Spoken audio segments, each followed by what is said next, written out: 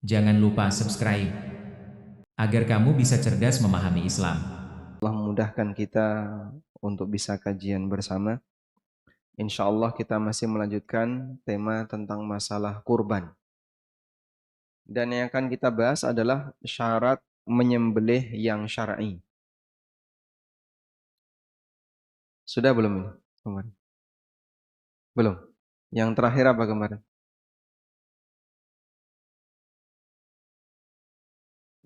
Hah? Panitia? Panitia sebagai perantara pembeli kurban. Berarti ini sudah ya? Oh baik. Tentang cara menyembelih sudah? Nah, berarti sekarang distribusi hewan kurban. Bagaimana cara menyalurkan hewan kurban yang benar? Baik. Jadi kegiatan berkurban itu sudah selesai sampai penyembelihan. Ibadah kurban itu adalah sampai menyembelih. Kalau sudah disembelih, maka kurban sudah selesai. Sehingga andaikan, ini pengandaian ya, ada orang yang tinggal di daerah pelosok dan dia hanya satu keluarga, suami, istri, dan anak, tidak ada yang lain. Lalu mereka menyembelih hewan kurban. Satu, dia sembelih. Maka sembelihan hewan kurban itu mungkin hanya dikonsumsi oleh keluarga mereka saja. Oleh suaminya, istrinya, dan anak-anaknya. Mau disedekahkan kemana? Kanan kirinya nggak ada orang. Sah nggak kurban seperti ini, Pak? Sah atau tidak? Sah. Karena ibadah kurban itu selesai sampai menyembelih. Begitu sudah disembelih, berarti dia sudah berkurban. Karena itulah jamaah yang dimuliakan Allah, batasan larangan tidak boleh potong kuku, tidak boleh potong kumis, tidak boleh potong rambut, itu sampai kapan? Sampai menyembelih. Begitu sudah menyembelih, maka larangan dilarang potong kuku, dilarang potong rambut, sudah tidak berlaku. Sehingga mereka silahkan potong kuku. Sementara untuk distribusi di sini ada perintah dari Al-Qur'an. Perintah dari Al-Qur'an terkait pemanfaatan.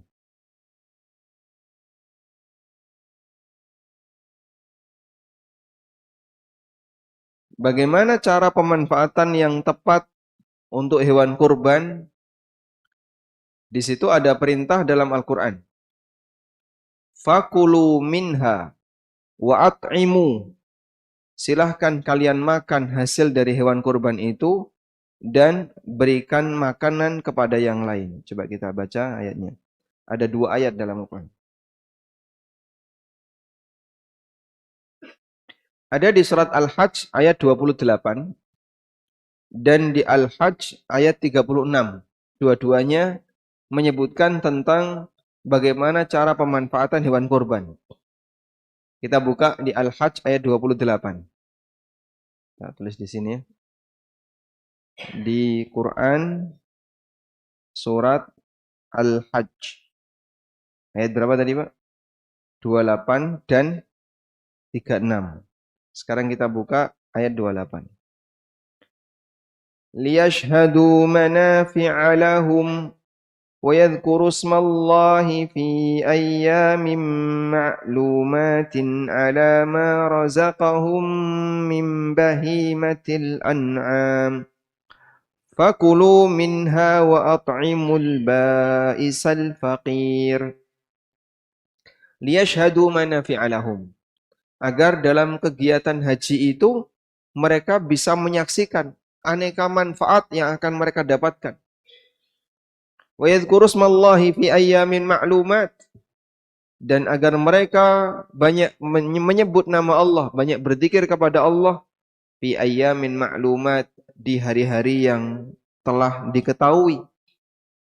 Yang dimaksud di sini adalah hari kegiatan haji. Kegiatan haji itu dimulai hari apa, Pak? Mulai tanggal berapa? Ya, 9. Kalau 8-nya ini anjuran, tarwiyah. 9, 10, 11, 12, 13. Kalau mau nafar tsani, maka dari hari Arafah sampai selesai hari tasyrik. Yang ini dianjurkan untuk memperbanyak takbiran. Makanya kalimatnya wa yadhkuru smallahi fi ayyamin ma'lumat, agar mereka banyak menyebut nama Allah di hari-hari yang sudah diketahui, maksudnya mulai Arafah sampai hari tasyrik. Dianjurkan untuk memperbanyak apa? Takbiran. Meskipun takbiran itu sudah dimulai sejak tanggal 1. Jadi sekarang jenengan sudah boleh takbiran. Nanti ketika bubar pengajian sambil takbiran, ketika di jalan, ketika di kendaraan, itu sudah boleh untuk dilakukan. Allahu Akbar, Allahu Akbar, Allahu Akbar. La ilaha illallah, wallahu akbar. Allahu Akbar walillahil hamd. Dibaca berulang-ulang sebagaimana takbiran ketika Idul Fitri atau Idul Adha. Ala ma razaqahum min bahimatil an'am, terhadap apa yang Allah rizkikan kepada mereka berupa binatang ternak. Fakulu minha, maka makanlah darinya, wa at'imul ba'isal faqir, dan berikan kepada orang yang tidak mampu, yang fakir.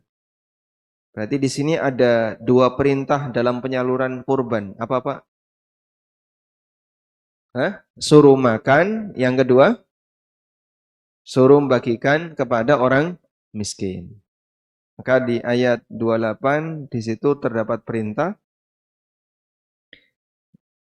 Ayat 28 ada perintah makan dan sedekahkan. Baik. Sekarang kita coba lihat ayat 36. Allah Subhanahu wa taala berfirman di ayat 36 dari surat Al-Hajj. Wal budna ja'alnaha lakum min sya'airillah lakum fiha khair fadhkuru ismallahi 'alaiha shawaf فَإِذَا وَجَبَتْ جُنُوبُهَا فَكُلُوا مِنْهَا وَأَطْعِمُوا الْقَانِعَ وَالْمُعْتَرَ. Dan onta-onta al-budna ja'alnaha lakum, kami jadikan onta itu sebagai bagian dari syiar agama Allah untuk kalian. Lakum fiha khair, kalian bisa mendapatkan aneka kebaikan di sana. Fadhkuru ismallahi 'alaiha shawaf, maka sebutlah nama Allah ketika menyembelih onta itu sambil berdiri. Shawaf itu adalah berdiri dengan 3 kaki. Sehingga salah satu kaki onta itu ditekuk. Karena onta ketika disembelih itu dengan cara tidak sebagaimana sapi yang direbahkan, tapi dia disembelih dengan cara berdiri. Disebut oleh para ulama disembelih di daerah manhar. Coba kita lihat ya. Onta itu disembelih di sini, Pak. Ada kata apa ini, Pak? Tulisan an-nahar. An-nahar. Ada tulisan an-nahar? Kelihatan? Nah. Titik inilah tempat melukai onta ketika disembelih. Dan onta ketika disembelih itu kakinya dilipat satu. Salah satu kaki depan, kaki yang depan diikat satu. Yang nyembelih datang dari depan. Sehingga ketika kaki depannya diikat satu, maka onta ini tidak bisa nendang. Kalau nendang kan jatuh dia. Karena kakinya yang depan tinggal satu. Karena onta itu yang aktif depannya. Onta itu yang aktif depannya. Beda dengan sapi, kuda, dan seterusnya. Sapi kalau nyepak kemana? Samping. Ya. Kaki belakang nyepak ke samping. Maka jangan dekati sapi dari samping. Kalau kuda, nyepaknya kemana? Ke belakang. Sehingga jangan dekati kuda dari belakang. Kalau kambing, nyeruduk, maka jangan dekati dari depan. Onta itu nendang. Sehingga orang ketika mengendalikan onta, itu yang dikendalikan kaki depan. Saya pernah melihat ada orang yang ada onta yang kaki depannya itu diikat. Kaki depannya diikat dengan tali kanan kirinya. Sehingga ketika dia berlari itu nggak bisa cepat. Larinya nggak bisa cepat. Tapi kaki belakangnya dilepas, dibiarin.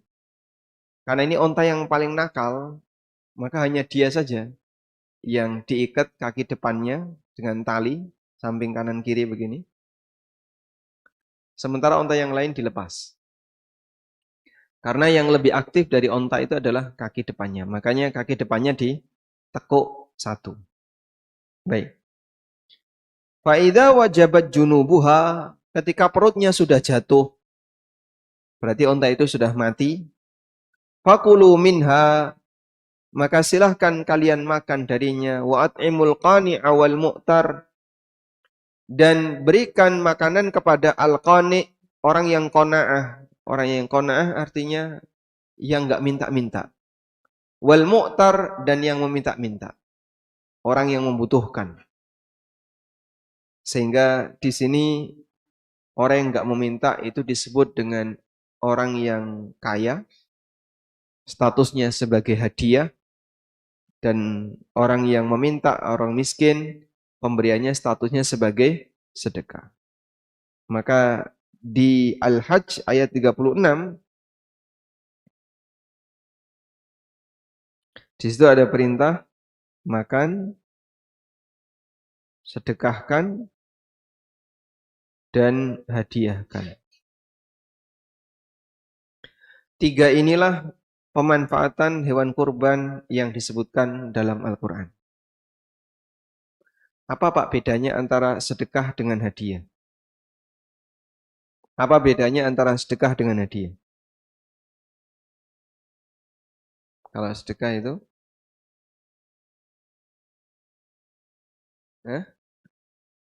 Untuk wali murid. Kalau sedekah itu gimana? Sedekah itu diberikan kepada orang yang statusnya lebih rendah. Ini sedekah. Kalau hadiah, kepada orang yang sejajar atau kepada orang yang lebih tinggi. Ini hadiah. Makanya Nabi SAW tidak boleh menerima sedekah. Kenapa? Karena tidak ada manusia yang status sosialnya lebih tinggi dari Nabi SAW. Kalau saya tanya, Pak, ada nggak orang yang lebih kaya dari Nabi Muhammad SAW? Di dunia ini banyak. Bahkan bisa jadi umat-umatnya jauh lebih kaya dibandingkan Rasulullah SAW. Kaya dunia. Tapi secara status sosial, tidak ada manusia yang lebih tinggi status sosialnya dibandingkan Rasulullah SAW. Makanya Nabi SAW tidak boleh menerima sedekah. Tapi boleh menerima hadiah, karena hadiah itu bisa datang dari bawah ke atas. Baik. Sehingga di antara penyaluran hewan kurban adalah boleh diberikan kepada orang yang lebih tinggi sisi kekayaannya dibandingkan kita. Wis sugih kok dikei to? Ora apa-apa. Wonge ora kurban ya ora apa-apa. Nah, dari sini kita bisa memahami hadiah itu boleh untuk non-muslim. Sehingga Anda ketika ngasih hadiah kepada non-muslim, hukumnya diperbolehkan, maka hewan kurban boleh diberikan kepada non-muslim. Aturannya beda dengan zakat. Kalau zakat diberikan kepada non-muslim, tidak boleh, kecuali mu'alaf. Tapi kalau sedekah, kalau hewan kurban, hasil kurban diberikan kepada non-muslim, hukumnya boleh. Dan nanti statusnya sebagai hadiah. Kecuali kalau ada dampak buruk misalnya. Itu nek dikai daging kurban mas, ora gelemangan. Dikakno kiri. Dan kita punya bukti. Oh iya, dikasihkan kiri, dia nggak mau makan. Anti dengan yang kayak gini. Kalau kita punya bukti seperti itu, ya sudah, nggak usah dikasih daging kurban, kasih saja arem-arem. Ya. Nah, insya Allah dimakan. Baik, sekarang coba kita lihat ini. Yang pertama, bolehkah menggaji jagal dengan kulit kurban? Ali bin Abi Thalib radhiyallahu anhu mengatakan, amarani Rasulullah sallallahu alaihi wasallam an aquma ala budnihi wa an atasaddaqa bilahmiha wa juludiha wa ajillatiha wa alla u'tiyal jazzar minha qala nahnu nu'tihi min indina. Kata Ali bin Abi Thalib, Rasulullah sallallahu alaihi wasallam memerintahkanku untuk mengurusi onta-onta beliau, yaitu onta kurban. Dan agar aku mensedekahkan dagingnya, kulitnya, dan ajillahnya. Ajillah itu semua aksesoris yang nempel di binatang. Kalau di onta, itu ada banyak aksesoris.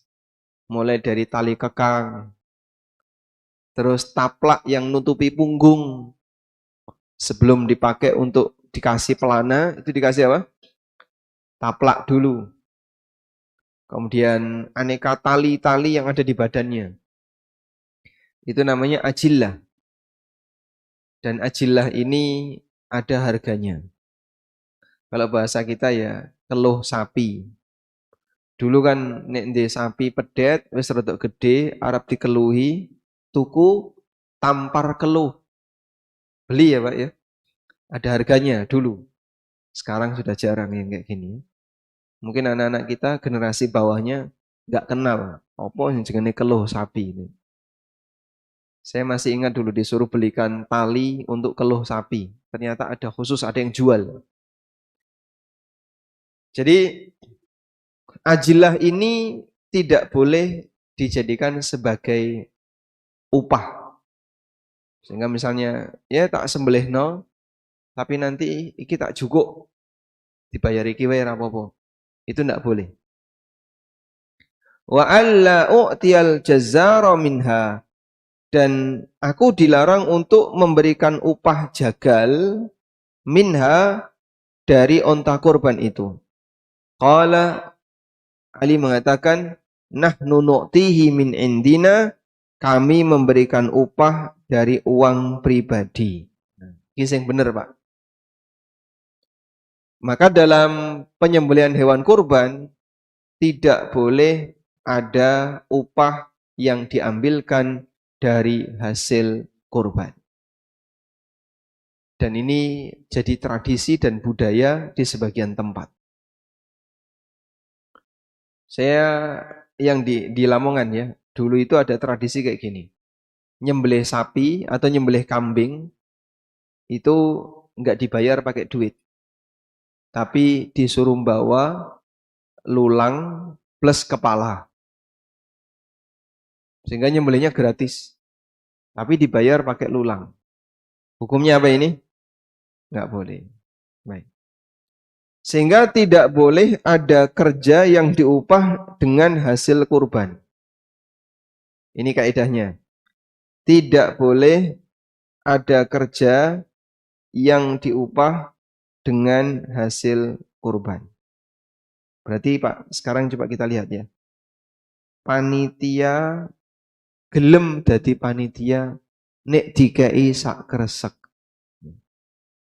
Lah aku wis nyambut gawe kok ora dikei.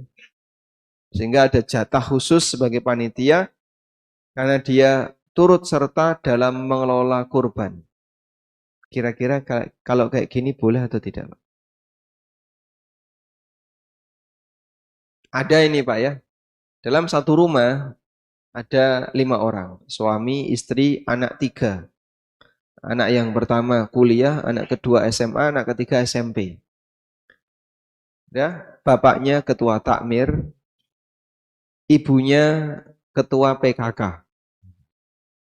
Anaknya ketua pemuda. Ya, Karang Taruna. Begitu kurban, melu kabeh. Maka saat mereka pulang, mereka membawa jatah. 1 sebagai warga, dapat 1 bungkus. 5 sebagai panitia, jadi 6. Ya. 1 lagi sebagai ketua takmir, 7. Kemudian sumbangan untuk ibu PKK, 8. Lalu pemuda, ketua muda, entuk 9. Gowo mulai 9 kresek. Ada kayak gini Pak? Boleh nggak kayak gini Pak? Nggak boleh. 9 kantong ini Pak, atau 8 ya? Enggak 8. Itu wedhus siji dhewe Pak. Wedhus siji gowo mulai. Boleh kayak gini Pak? Ada seperti ini? Ada. Jadi ada orang dalam satu keluarga, itu bisa jadi dia bawa paling banyak. Sementara mungkin di satu kampung ada rondo, anak 5 cilik kabeh. Akhirnya karena dia harus ngasuh anaknya, nggak bisa datang ke masjid. Maka dia tidak terlibat. Mong dikai sak kresek. Sudah? Inilah keadilan warga negara kita.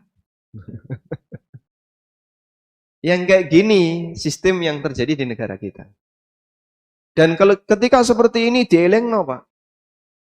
Sing dadi panitia gak terima. Entuk apa aku dadi panitia nek ra entuk nggawa sak kresek. Sampai ada jatah khusus karena rumangsa wis nyambut gawe. Padahal kan biasanya kalau udah di sana ya kadang ada yang mau lunggah-lungguh karo udut. Jadi pengawas umum ya. Keliling dari satu tempat ke tempat yang lain. Paling-paling nih pas ngerobohno sapi ya melu-melu nyekeli tampar. Ya. Tapi nanti pulang bawa 1 kresek dia. Ada kayak gitu Pak.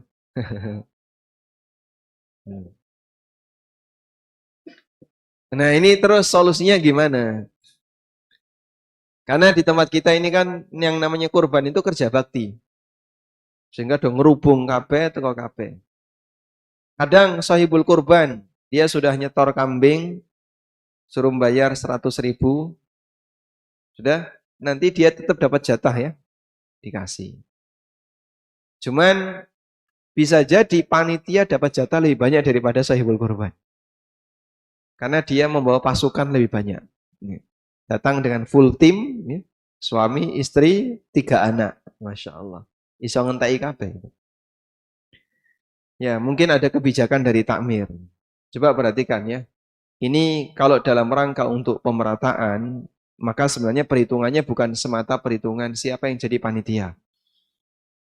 Lebih melihat kepada kebutuhan masyarakat. Panitia dikasih sebagai hadiah, silahkan. Panitia dikasih sebagai sedekah, silahkan. Tapi panitia dikasih sebagai upah, dilarang. Dari sini kita bisa lihat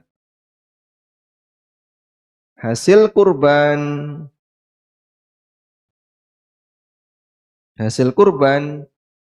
bisa sebagai sedekah, bisa sebagai hadiah, tapi tidak boleh sebagai upah. Nah, ini yang penting. Sudah? Jadi catatan terakhir ini, hasil kurban bisa sebagai sedekah, bisa sebagai hadiah, tapi tidak boleh sebagai upah. Ini tidak boleh. Kalau hasil kurban untuk upah, ini melanggar larangan Nabi Sallallahu Alaihi Wasallam. Maka dari sini kita bisa lihat kerja jagal plus panitia. Nah, kerja jagal plus panitia diupah boleh atau tidak? Kerja jagal atau panitia diupah boleh enggak? Boleh, tapi tidak boleh dengan menggunakan hasil kurban. Diupah dengan selain hasil kurban. Selain hasil kurban itu apa, Mas? Ya banyak. Uang bisa, atau ya mangan bisa. Sudah, nanti ada makanan. Snack-snack bisa. Atau yang lainnya. Yang penting selain hasil kurban. Sudah? Sehingga jagal plus panitia boleh diberi hasil kurban sebagai apa? Hadiah atau sebagai hadiah atau sedekah. Jagal dan panitia boleh diberi hasil kurban sebagai hadiah atau sedekah. Tapi tidak boleh diberi hasil kurban sebagai upah. Nah, kata kuncinya di situ. Monggo mangke jenengan ngecakke pripun. Silakan nanti diatur bagaimana para panitia takmir buat kebijakan bahwa panitia dilarang menerima upah dari hasil kurban, tapi boleh menerima hasil kurban sebagai hadiah atau sedekah. Bedanya apa, Pak, antara upah dengan hadiah? Bedanya apa antara upah dengan hadiah? Kalau upah ditentukan jumlahnya. Yang kedua, niat. Upah itu sifatnya mengikat. Jadi nek gak dikei boleh minta. Kalau nggak dikasih boleh minta, itu upah. Aku ora dikei apa-apa ya, njaluk. Boleh minta. Nek gak dikei piye? Ya wani ngantem. Oh, jangan ya, masa ngejak berantem ya. Ya. Intinya ketika upah itu diberikan maka sifatnya itu lazim. Sifatnya sebagai bayaran yang itu adalah keharusan untuk diberikan. Jika tidak dikasih, dia boleh minta. Beda dengan sedekah atau hadiah. Hadiah atau sedekah nggak dikasih, dia tidak punya hak untuk nuntut. Kok aku gak dikai? Ini kan cuma hadiah. Kowe dikai ra dikai ora apa-apa nggak hadiah. Terserah yang punya binatang. Sehingga untuk hadiah, orang ketika nggak dikasih, dia tidak punya hak untuk apa? Nuntut. Beda dengan upah, kalau nggak dikasih, punya hak untuk nuntut. Kita tulis di sini ya. Beda hadiah dengan upah. Kalau hadiah bersifat tidak mengikat. Tidak mengikat artinya apa? Ya, tidak bisa nuntut. Tidak bisa nuntut untuk dikasih. Sedangkan upah bersifat mengikat. Aku wis kerja kok ya, kudune dikei. Nah. Maka di sini bisa nuntut. Baik.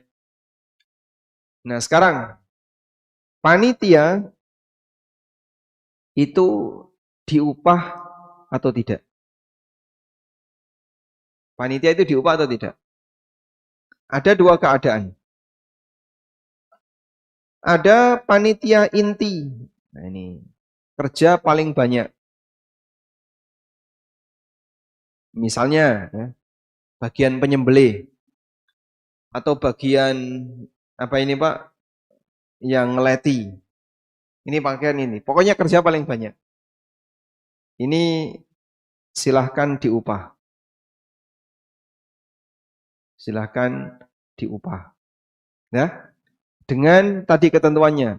Selain hasil kurban. Baik. Yang kedua, tim hore. Wah, yang rame-rame ya. Untuk panitia jenis yang kedua ini sebaiknya sifatnya kerja bakti. Untuk yang kedua ini dah kerja bakti saja.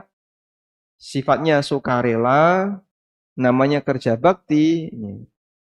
Sukarela, sing digoleki jangan upah tapi arem-arem. Ya. Jadi kalau yang ini sifatnya sukarela, nanti apa biasanya kasih makan gitu aja ya. Kasih makan. Baik. Kira-kira kalau seperti ini bisa jadi solusi nggak? Jadi panitia dipetakan antara yang kerjane banyak dan yang sifatnya hanya ya cah nom-nom kan biasanya mau ikut nimbrung, seneng melu bantu-bantu, nggih. Tim hore. Nah, yang kayak gini kita kasih motivasi bahwa ini adalah kerja bakti. Nanti kalian di sini tidak diupah dalam bentuk daging, ya, meskipun nanti boleh menikmati bersama. Sehingga hasil kurban sebagian boleh dimasak, kemudian dimakan bareng, ada snack untuk semua panitia, tim hore, semua bisa menikmati apa yang ada di situ. Sama seperti ketika orang kerja bakti resik-resik kampung. Pemuda kerja bakti ngersii kuburan. Itu jadi bayar nggak Pak? Biasanya. Tidak.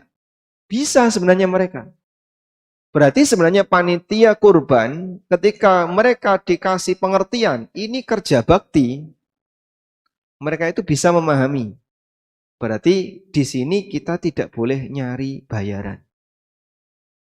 Apalagi sing digoleki daging kurban sebagai ganti dari bayaran. Maka nggak ada ceritanya ketika dalam satu rumah keluar 5, mulai nggawa 5 kresek digawa kabeh. Bukan demikian. Karena nanti justru ini akan, Masya Allah ya, menimbulkan kecemburuan sosial. Sampai nyun sewu, nggih. Kadang kolkase niku gak muat. Gara-gara apa Pak? Kelologen daging. Ya. Kita kasih motivasi kepada mereka bahwa kerja Anda di sini adalah sebagai kerja bakti, bukan untuk nyari upah. Nah di sini Pak ada sisi bahaya yang perlu untuk dihindari. Larangan menjual hasil kurban.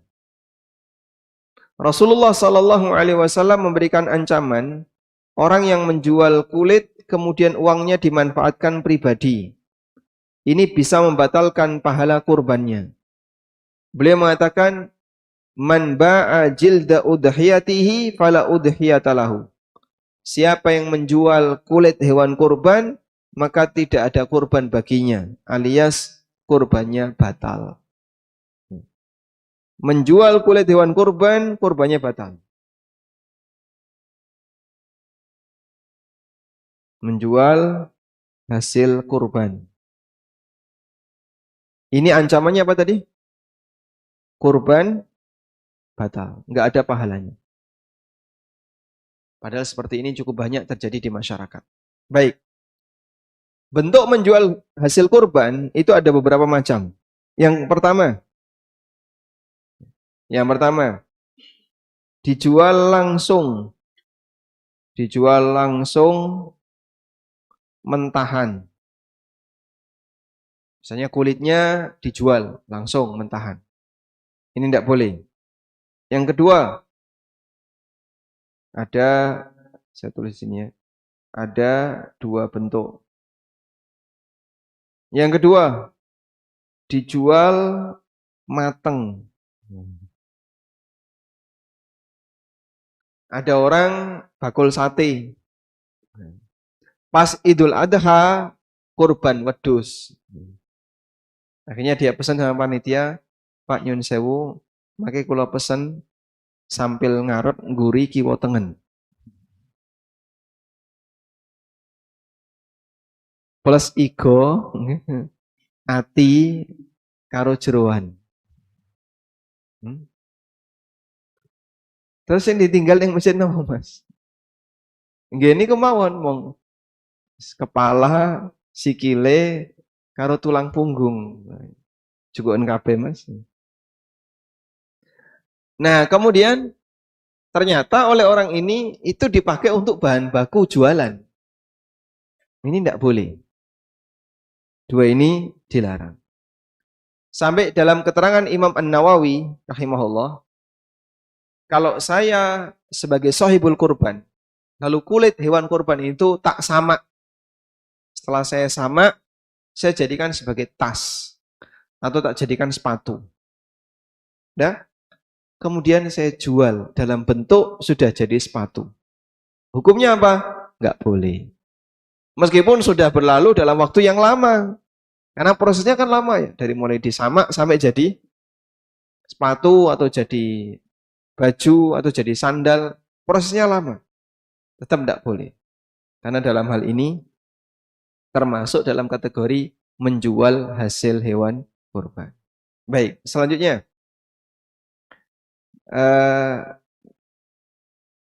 Apa? Ada macam-macam jual hewan kurban, hasil kurban. Nah, yang pertama dijual lalu hasil untuk pribadi. Ini hukumnya dilarang. Yang tadi ya. Yang kedua, dijual lalu hasil untuk operasional.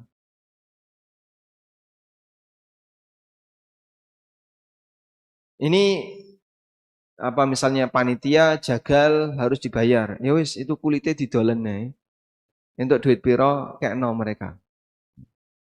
Atau dipakai untuk biaya operasional. Ini nanti butuh ini loh ya.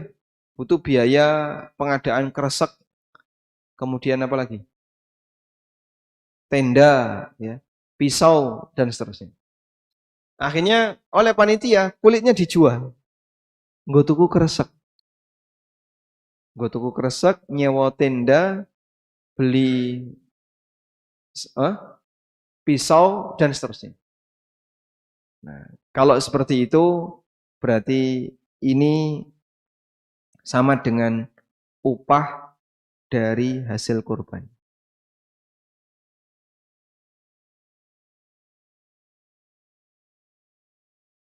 Termasuk ngombayari jagal dan seterusnya. Dan ini dilarang, hukumnya dilarang. Ini dilarang.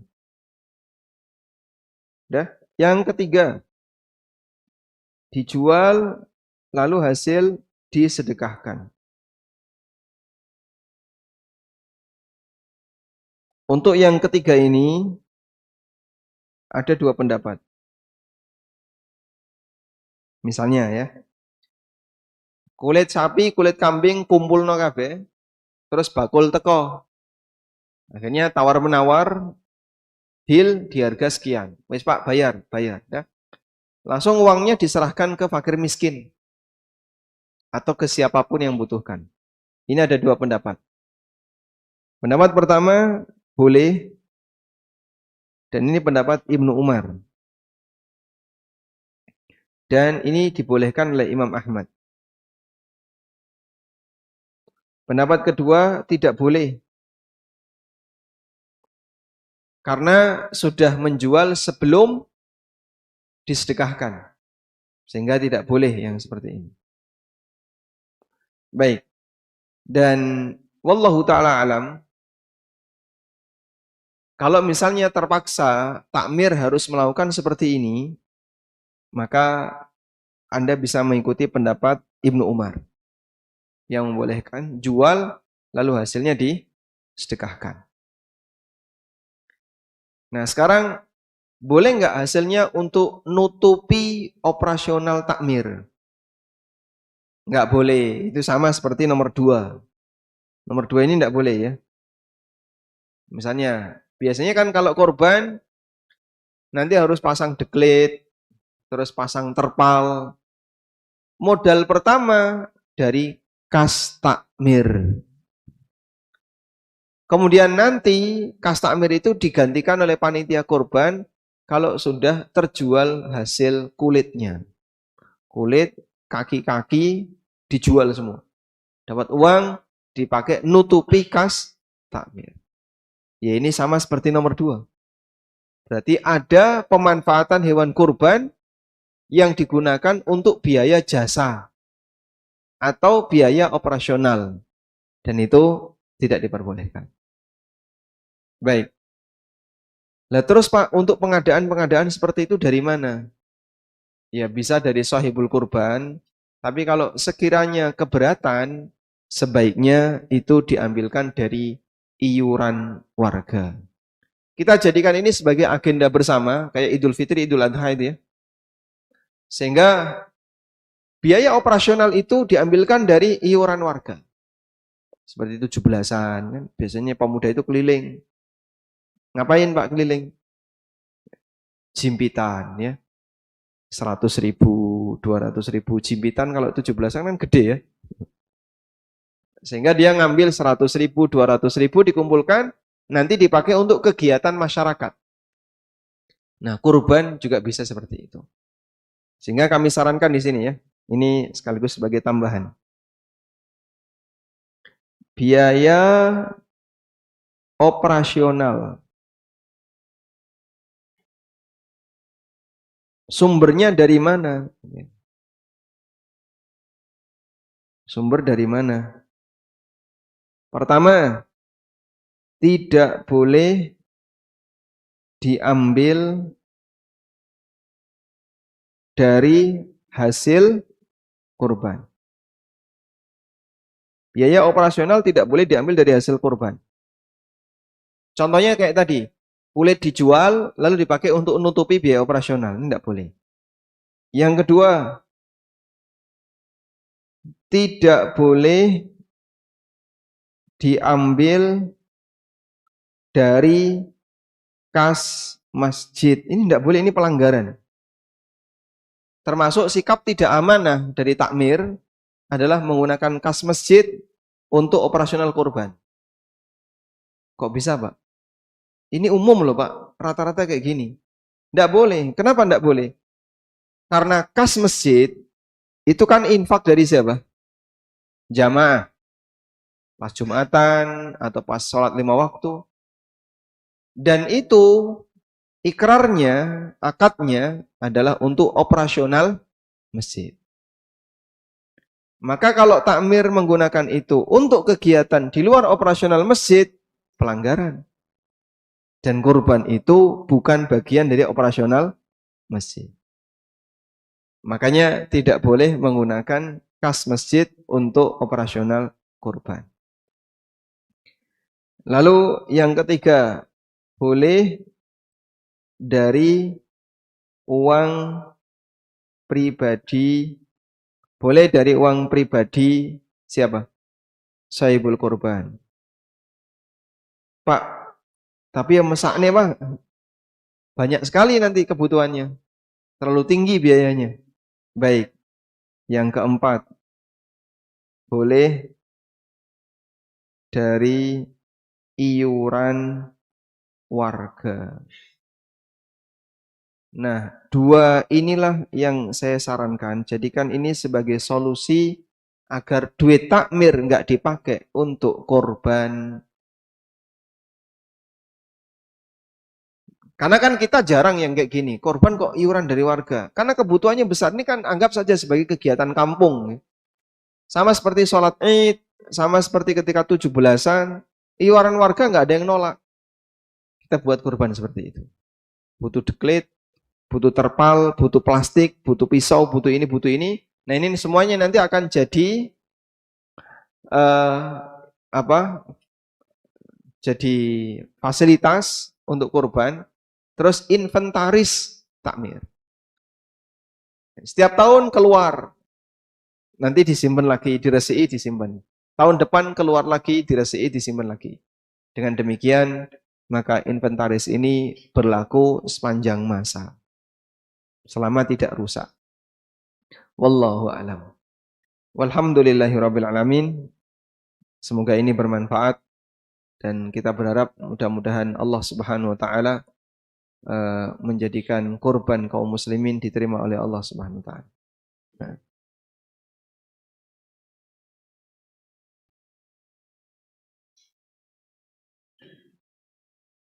Izin bertanya, Ustaz. Oh, izin bertanya, silakan. Masya Allah. Terima kasih. Mau bertanya tentang puasa Arafah, Ustaz. Banyak pertanyaan itu, puasa Arafah ngikutin pemerintah negara atau ngikutin wukuf Arafah di Saudi. Terima kasih, Ustaz. Baik. Puasa Arafah itu mengikuti pemerintah negara ataukah mengikuti hari wukuf di Saudi? Pemerintah puasa Arafahnya tanggal berapa? 9 Dzulhijjah. Nah, Saudi 9 Dzulhijjah juga. Ya. Baik. Kalau pemerintah hari apa, Pak? Rabu. Kalau Saudi Selasa. Nah, di sini saya tulis ya. Puasa Arafah ada 2 pilihan. Selasa ini Saudi. Yang kedua Rabu ini pemerintah. Baik. Sebenarnya perbedaan pendapat seperti ini di negara kita ya. Ini ketika beda pendapat di Idul Adha, ternyata efek sampingnya lebih mengerikan daripada di Idul Fitri, Pak. Karena kadang iuran sapi, terus anggotanya beda hari raya. Masya Allah. Bisa sampai padu itu. Yang satu pengen disembelih hari Rabu, yang satu minta disembelih hari Kamis. Akhirnya sembelihnya kapan? Malam Kamis. Yang Rabu karo Kamis, malam Kamis. Batal kabeh. Baik. Menyembelih malam ada yang mengatakan tidak boleh ya, tapi ada yang mengatakan sah. Kembali ke sini. Puasa Arafah Selasa atau Rabu? Di Saudi wukufnya pas hari Selasa. Di Indonesia Arafahnya hari Rabu. Pertanyaannya sekarang. Puasa Arafah itu dilakukan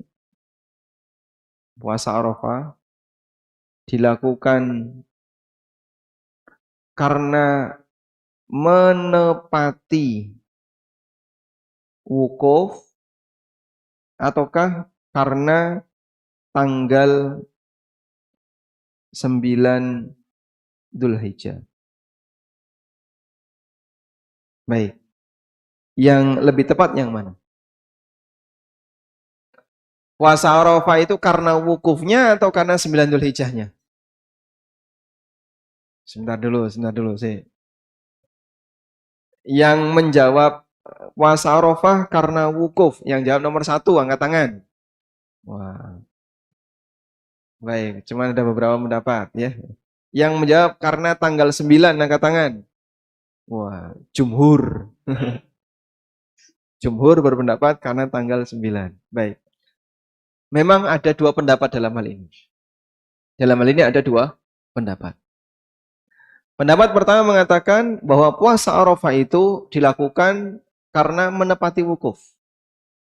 Sehingga kapan wukuf itu dilakukan, di hari itulah dilaksanakan puasa Arafah. Meskipun beda tanggal antara negara kita dengan negara selain atau dengan di negara yang di Saudi. Ya. Pendapat kedua mengatakan puasa Arafah itu karena tanggal 9. Pokoknya anggere wis masuk tanggal 9 ya puasa Arafah. Kalau belum tanggal 9 maka tidak boleh atau tidak puasa Arafah. Berarti puasanya tarwiyah tanggal 8. Baik. Dulu saya mengikuti pendapat yang pertama. Dulu ya. Saya ngambil pendapat ini. Sehingga saya pertahankan namanya puasa Arafah ya harus dilakukan tepat saat orang itu wukuf di Arafah. Karena penamaan itu memberikan sebab. Saumu yaumi Arafah. Puasa hari Arafah. Berarti puasa ini dilaksanakan ketika ada kejadian di Arafah. Apa kejadian di Arafah? Ibadah wukuf yang ada di Arafah. Nah, lalu belakangan saya pindah ke sini. Kayaknya kok yang lebih benar karena pertimbangan tanggal 9 Dzulhijjah. Alasan kenapa saya pindah ke sini itu begini. Islam itu adalah agama rahmatan lil alamin. Karena Islam itu rahmatan lil alamin, maka dia bisa diterapkan di sepanjang waktu. Di sepanjang waktu. Artinya di sepanjang waktu gimana Pak? Tidak mengenal ada teknologi dan tidak. Islam bisa nggak diterapkan di zaman sebelum ada teknologi? Bisa. Islam bisa nggak diterapkan di zaman penuh dengan teknologi? Bisa. Sebagaimana Islam bisa diterapkan di zaman penuh teknologi, Islam juga bisa diterapkan di zaman tanpa ada teknologi. Dan adanya teknologi komunikasi, kok gak tekan-tekan, datanya entek. Ya. Sehingga teknologi komunikasi yang datang belakangan ini tidak ada di masa silam. Sudah? Maka bayangkan orang yang hidup sebelum teknologi. Orang yang hidup sebelum teknologi. Kira-kira Pak, puasa Arafahnya ikut yang mana Pak? Hah? Puasa Arafahnya gimana? Yang hidup di zaman tahun 32, kalau tahun 40 sudah ada Telegram ya? Ada? Belum ada WA kan dulu, tapi sudah ada Telegram ya. Ada fax itu tahun berapa fax? Faksimil. Belakangan ya. Kalau yang ngirim pesan dulu pakai apa? Zaman Londo itu. Hah? Telegram. Katanya pakai Telegram. Mbah piye itu teknologinya katanya pakai Telegram. Itu pun adanya di kota-kota besar tahun 40-an. Ketika mendekati kemerdekaan atau di sekitar kemerdekaan. Tahun 30-an 1930-an itu puasa Arafahnya ya mau nggak mau harus tanggal 9 Dzulhijjah. Sehingga nggak mungkin ini harus sesuai dengan wukuf. Piye carane? Yo ngirim jin apa-apa ngono. Jin kirim, kamu perhatikan di sana ya. Nanti kalau sudah wukuf balik lagi ngasih kabar ke sini. Apa bisa, Pak? Islam membutuhkan kedatangan jin. Sehingga tidak mungkin ini bisa dilakukan kalau tidak mengacu kepada hilal. Dan hilal itu bisa diakses dari siapapun, dimanapun dia berada, meskipun dia nggak punya teknologi. Sehingga bisa jadi di Indonesia belum lihat hilal, di Saudi sudah lihat, di sana wukuf, di sini masih tanggal 8. Kalau kita mengakui Islam sebagai rahmatan lil alamin, pertimbangan ini harus dipakai. bahwa agama ini tidak butuh teknologi. Islam sempurna walaupun tidak ada teknologi. Dan sebagai konsekuensinya, berarti orang ketika beribadah, dia hanya bisa menggunakan metode tanpa teknologi. Nah, ketika itu, kita bisa lihat kehadiran teknologi tidak mempengaruhi perhitungan waktu. Dipahami ya? Baik. Maka dari sinilah kami kemudian menyimpulkan berarti sing bener ini ya lebih tepatnya karena tanggal 9. Karena kalau menepati wukuf akan ada jutaan kaum muslimin yang mungkin tidak bisa tepat di waktu ini. Karena mereka hidup jauh sebelum ada sumber informasi secepat yang bisa disampaikan di zaman sekarang. Wallahu a'lam. Baik. Nah, silakan. Waalaikumsalam warahmatullahi wabarakatuh. Ini.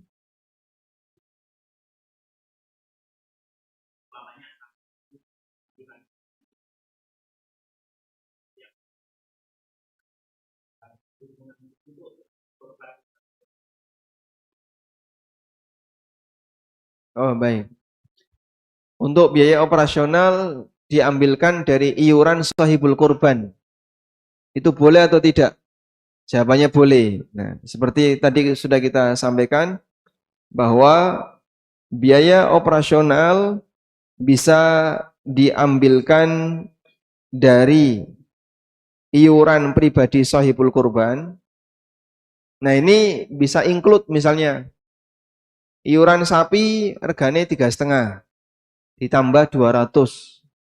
Maka jadinya 3,7. Plus di sini 200-nya adalah sebagai operasional. Boleh. Cuman kan terlalu kecil ya. Terlalu kecil ya. Nyun sewu. Coba kita hitung, Pak. Jadi kalau cuman ngandalin ini kecil. Kecil sekali. Biasanya di sini berapa sapi, Pak? Masjid Al-Furqan berapa sapi? Misalnya ya, 10 sapi berarti kan 70 orang. Ya. 20 kambing. Berarti berapa? 20 orang.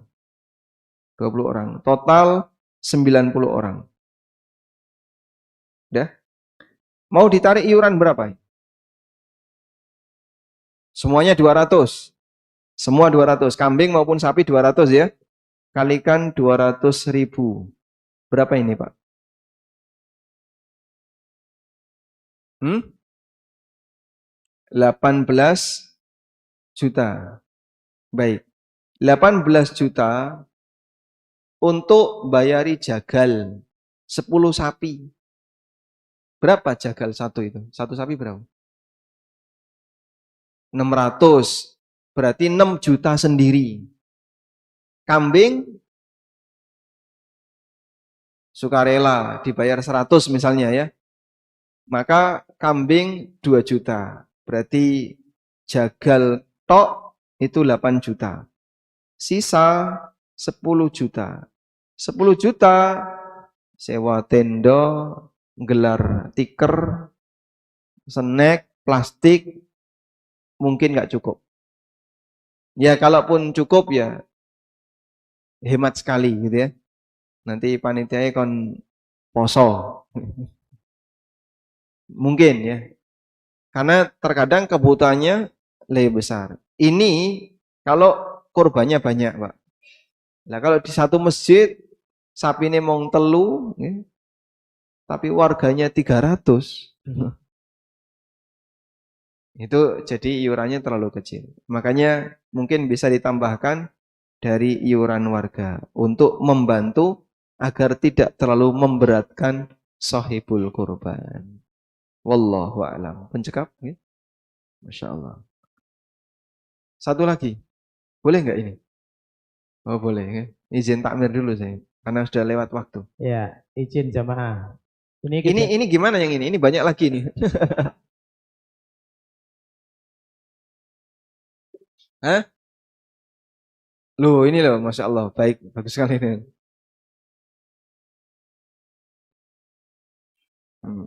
Baik, nanti ini pertanyaan BPJS. Insya Allah, semoga di lain waktu kita bisa baca ya. Silakan duluan. Ya, Assalamualaikum Ustaz. Waalaikumsalam warahmatullahi Ini kejadian bahwasanya di daerah itu ada seorang takmir yang memberikan hutangan kepada jamaah untuk ikut berkurban.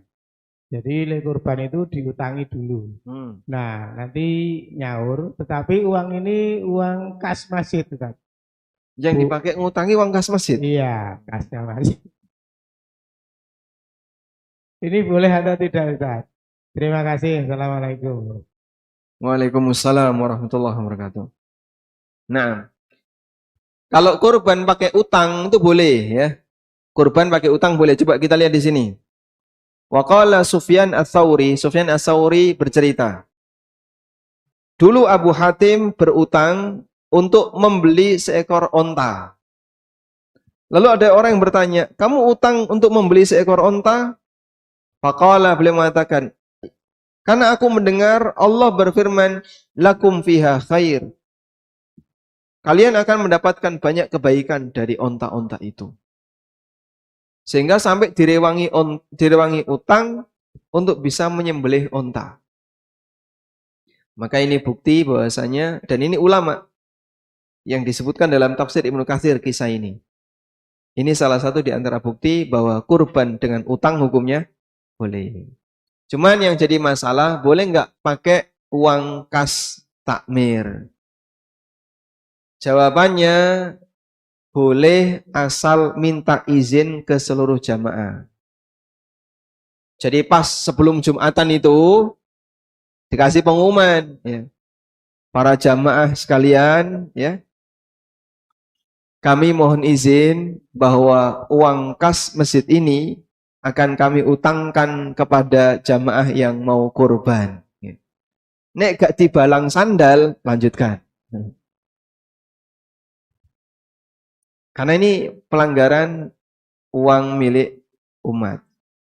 Kalau mau serius kayak gitu, coba cari orang-orang kaya. Pak, bisa nggak kita utang? Nanti kita akan utangkan kepada orang yang mau kurban. Terus nanti dibayar. Insya Allah itu akan lebih bagus agar apa? Tidak menggunakan uang kas masjid. Apakah sahibul korban boleh minta lebih dari sepertiga bagian dari hasil korban? Misal korban 1 kambing lewat panitia lalu minta 2 paha dan hati. Boleh ya. Boleh minta lebih dari sepertiga. Selama tidak digerenengi masyarakat. Nek digerenengi berapa? Ya, itu resiko Anda ya. Baik. Oke, pun cekap nih udah kelewat dari waktunya. Demikian wassallallahu ala nabiyyina Muhammadin wa ala alihi wa sahbihi wasallam wa akhiru da'wana anil hamdulillahi rabbil alamin. Wassalamualaikum warahmatullahi wabarakatuh.